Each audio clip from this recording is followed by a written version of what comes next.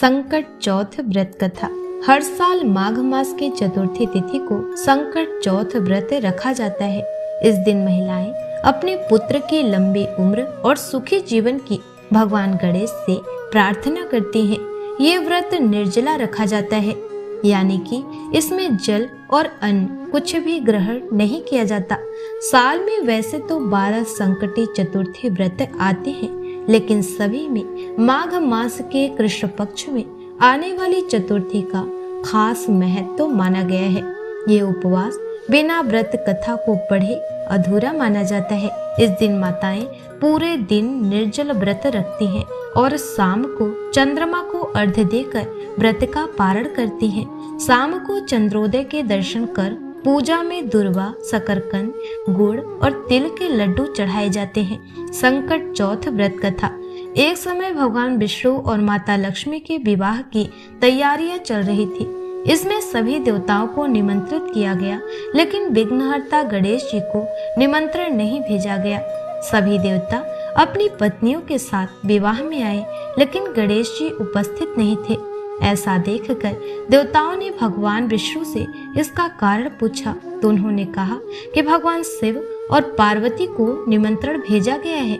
गणेश अपने माता पिता के साथ आना चाहे तो आ सकते हैं, हालांकि उनको 1.25 मन मूंग, 1.25 मन चावल, 1.25 मन घी और 1.25 मन लड्डू का भोजन दिन भर में चाहिए। यदि वे नहीं आए तो अच्छा है, दूसरे के घर जाकर इतना सारा खाना पीना अच्छा भी नहीं लगता। इस दौरान किसी देवता ने कहा कि गणेश जी अगर आए तो उनको घर के देखरेख की जिम्मेदारी दी जा सकती है। उनसे कहा जा सकता है कि आप चूहे पर धीरे धीरे जाएंगे तो बारात आगे चली जाएगी और आप पीछे रह जाएंगे।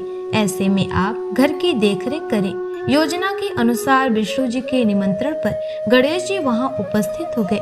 उनको घर के देखरेख की जिम्मेदारी दे दी गई।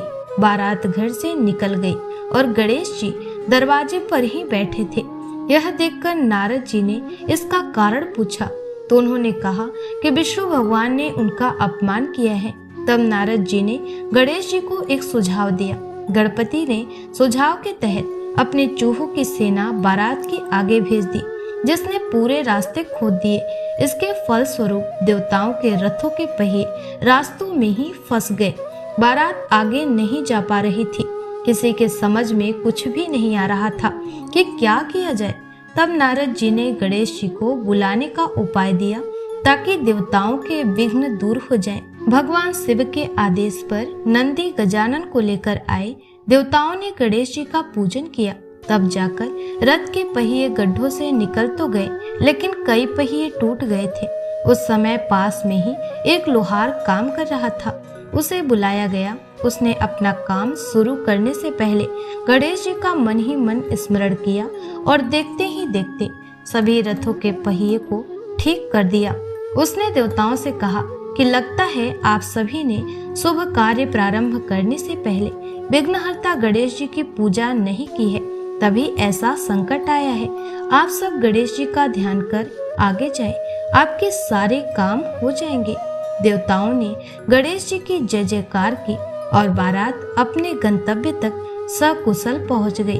भगवान विष्णु और माता लक्ष्मी का विवाह संपन्न हो गया। संकट चौथ व्रत की दूसरी कथा। एक बुढ़िया थी।